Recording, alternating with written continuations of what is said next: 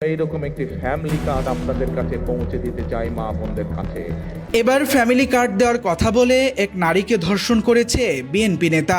BNP সরকার কর্তৃক প্রদত্ত family card দিয়ে গরিব অসহায় পরিবারগুলোর কষ্টের বোঝা কিছুটা লাঘব হওয়ার কথা থাকলেও এবার সেই কার্ড পেতে গিয়ে বিভিন্ন জনকে হতে হচ্ছে বিভিন্ন ধরনের হেনস্থার শিকার।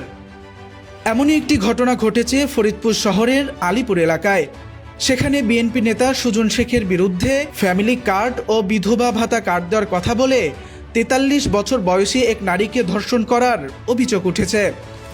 এই ঘটনা সামাজিক মাধ্যমে ছড়িয়ে পড়ার পর বিষয়টি নিয়ে নেটিজেনদেরকে নানা রকম মন্তব্য করতে দেখা গেছে। কেউ কেউ বলছেন, তারেক রহমানের ফ্যামিলি কার্ডের প্ল্যানটি সুন্দর হলেও তা বাস্তবায়নে যদি সঠিক পদক্ষেপ না নেওয়া হয় তাহলে এমন ঘটনাগুলো পরবর্তীতে সাধারণ মানুষের মাঝে বিরূপ প্রতিক্রিয়া সৃষ্টি করতে পারে। তাহসান সিদ্দিক, নাভা নিউজ 24, ঢাকা।